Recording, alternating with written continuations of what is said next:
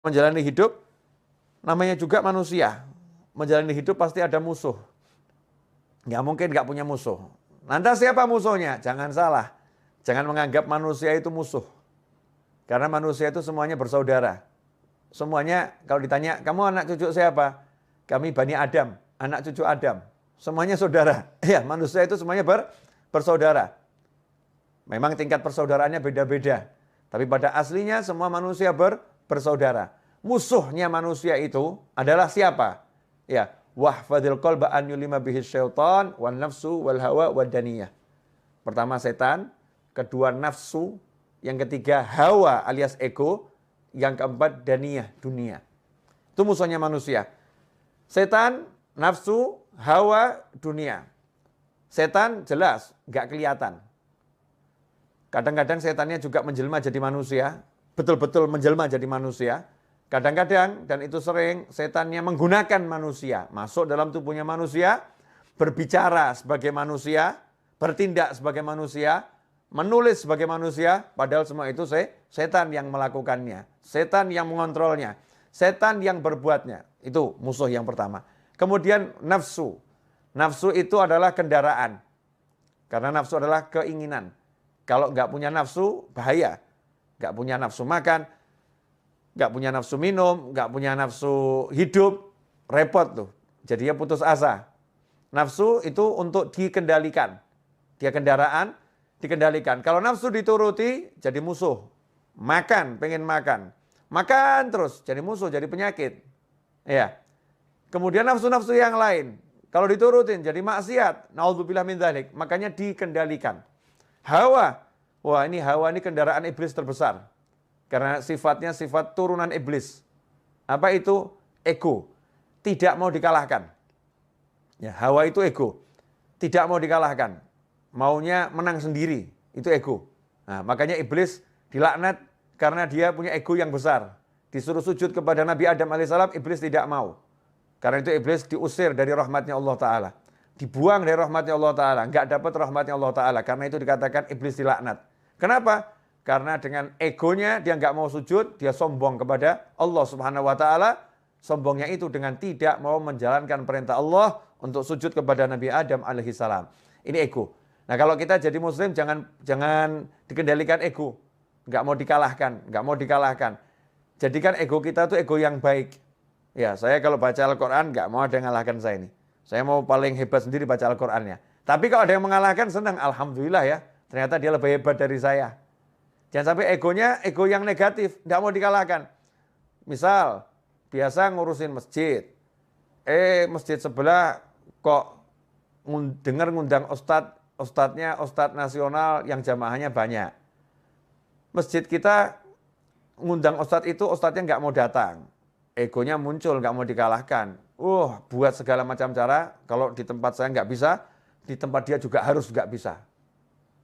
Ya, akhirnya membuat berbagai fitnah. Gimana caranya biar pengajiannya batal? Ini ego yang buruk. Naudzubillah min dzalik. Di kantor, ya, nggak mau dikalahkan jabatannya dengan kawan-kawannya. Dengar kok ada satu kawannya naik pangkat, mau diletakkan di jabatan yang lebih tinggi. Wah, nggak mau dikalahkan dia, nih muncul egonya. Terus gimana caranya? Dia cari kelemahan kawannya itu, kemudian dia fitnah gimana caranya, yang penting biar namanya jatuh. Ini namanya ego. Naudzubillah min dzalik. Kemudian dunia. Masya Allah, segala sesuatu selain Allah Ta'ala. Ini tidak boleh ada dalam hati kita. Mau istri, mau anak, mau suami, ya. Siapapun selain Allah nggak boleh ada dalam hati. Bolehnya masuk hati harus lewat Allah Subhanahu Wa Ta'ala. Harus bismillah, harus ada Allahnya. Anak ada dalam hati karena Allah. Mencintainya karena Allah. Menyayanginya karena Allah. Makanya begitu anaknya nggak mau sholat, orang tuanya harus marah. Ya, orang tua harus marah. Nah, itu namanya karena Allah Subhanahu Wa Ta'ala. Pasangan hidup, istri. Istri kalau menghalangi suami untuk bakti sama orang tuanya, suaminya harus marah. Nggak bisa. Saya tidak bisa mencintaimu mirip orang tua saya. Apalagi lebih. Mirip saja nggak bisa. Nomor satu, cinta saya harus orang tua saya. Begitu Allah saya ngajarin saya. Begitu Allah saya perintahkan saya. Dimasukkan istri ke dalam hati juga karena Allah Subhanahu Wa Ta'ala. Pekerjaan boleh masuk dalam hati kalau karena Allah Subhanahu Wa Ta'ala. Ini saya mau cari nafkah. Pekerjaan ini penting untuk berikan nafkah kepada keluarga saya yang halal. Tapi karena Allah nggak takut kehilangan pekerjaan. Oh, karena Allah kok. Ya kalau emang dia harus hilang, nanti kan Allah akan mendatangkan yang lain pekerjaannya. Ya Allah akan kasih yang lain. Semua dikembalikan karena Allah, karena Allah, karena Allah. Kalau udah punya seperti itu, menghadapi manusia model apapun, hidup untuk dijalani. Ketemu yang seperti apapun, yang penting pasang niat yang baik, pasang niat yang besar, kemudian jalani tanpa harus difikiri. Nanti gimana ya? Kira-kira saya bisa dapat rezeki besar nggak ya? Kira-kira nanti saya dipecat nggak ya? Nanti lagi yang dibicarakan. Nggak usah bahas nanti, sekarang kamu syukuri, sekarang kamu nikmati. Habib, Ustadz, Kiai, sekarang saya jadi pengangguran, barusan di PHK. Salah, kamu bukan pengangguran. Tapi kamu dipindahkan dari satu lapangan pekerjaan ke banyak lapangan pekerjaan yang lain. Tadinya kamu cuma kerja di satu kantor, sekarang kamu di PHK, berarti kamu punya kantor unlimited. Karena kamu bisa buat kantor model apapun. Yang jadi masalah, kamu mau nggak? Ya, kamu mau atau tidak? Kamu menganggap dirimu pengangguran atau dirimu adalah orang yang punya kesempatan kerja lebih besar? Terserah, itu pola pikir kita masing-masing. Mau mikir yang benar atau mikir yang salah. Kalau udah bisa gitu, enak itu. Dimanapun kita hidup, yang ada adalah asyik. Karena orang yang syukur itu nggak akan berada dalam sengsara. Orang yang syukur selalu dalam nikmat dan nikmat dan nikmat dan nikmat. Ikhwani rahimakumullah. Nah, merdeka. Ya itulah orang yang merdeka. Orang yang merdeka itu seperti ketika Pak Karno dan Bung Hatta serta tokoh-tokoh nasional, para ulama memproklamirkan kemerdekaan. Maaf, belum ada negara yang mengakui secara tertulis Indonesia sebagai negara. Belum ada. Kalau mikir gitu, kapan merdekanya? Oh, ini kita belum kontak negara-negara lain loh. Ada yang dukung enggak ya? Nanti kira-kira gimana ini kalau setelah kita proklamirkan seperti apa ya? Kalau mikir begitu nggak pernah merdeka Indonesia. Tapi langsung pekik merdeka diteriakkan, 17 Agustus 45 diproklamirkan, ya merdekalah kita. Setelah itu baru kita urus. Bergerak, menjalani kehidupan kemerdekaan. Pasang niat yang besar menjadi bangsa yang merdeka. Hasilnya apa? Merdeka. Ada kurang lebih 10 negara memberikan dukungan atas kemerdekaan Indonesia. Diawali Palestina, Mesir, Yaman, Saudi Arabia, dan seterusnya. Bisa kita baca di sejarah kemerdekaan bangsa kita ini. Ikhwani rahimakumullah. Ya, itulah cara berpikir orang yang sudah mengerti. Ya, sudah mengerti bahwasanya hidup itu untuk dijalani bukan dipikiri, tentu dengan niat-niat yang baik. Nah, kemerdekaan ini pada hakikatnya adalah bebas dari penjajahan.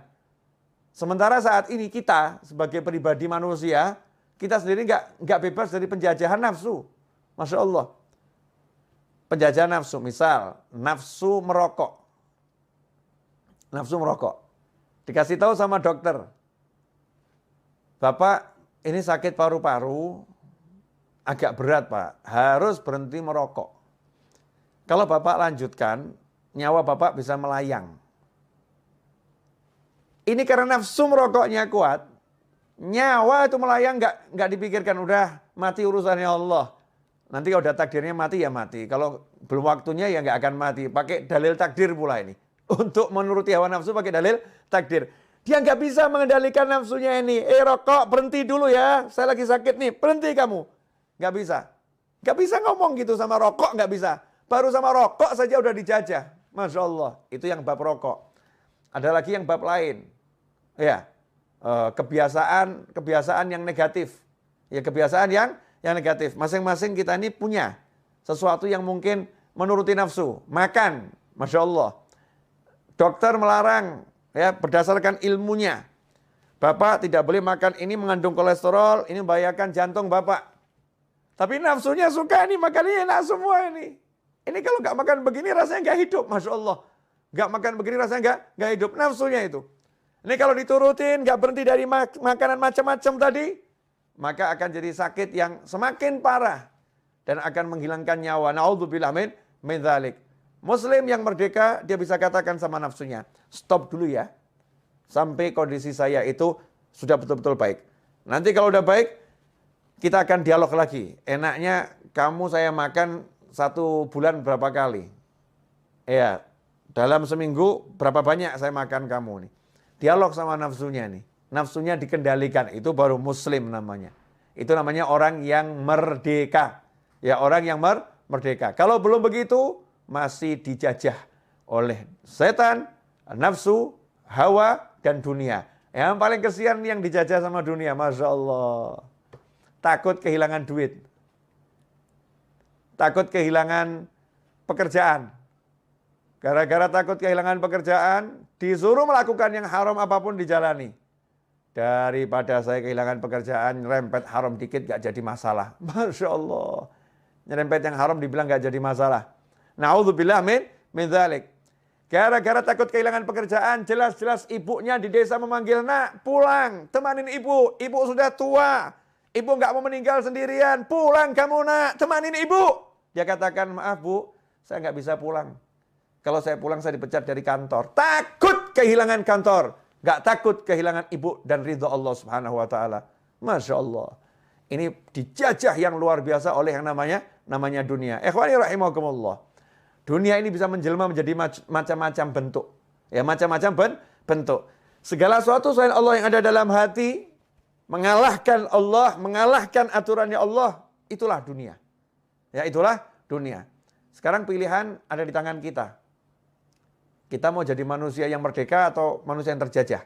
Kalau mau jadi manusia yang merdeka dan setiap muslim harus jadi orang yang merdeka, maka kita harus berjuang. Ya, jihadun wa niyah. Berjuang melawan nafsu. Berjuang melawan ego. Berjuang melawan syaitan. Berjuang melawan dunia. Caranya, ya dengan melaksanakan perintah Allah. Belajar setiap hari. Cari ilmu terus tanpa henti. Nabi Musa pun gak pernah berhenti cari ilmu. Walaupun udah menjadi Rasul, kalimullah. Yang dibicara langsung oleh Allah Subhanahu wa ta'ala.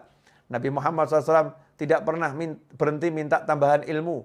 Walaupun ilmu beliau adalah ilmu langsung dari Allah Subhanahu wa ta'ala. Ya, yang Allah katakan diwahyukan. Kalau bicara Rasulullah semuanya itu wahyu ada dalam hati Nabi Muhammad SAW. Rasul masih suruh minta terus sama Allah. Wa qur rabbi zidni ilma. Ya Allah, berilah aku tambahan ilmu.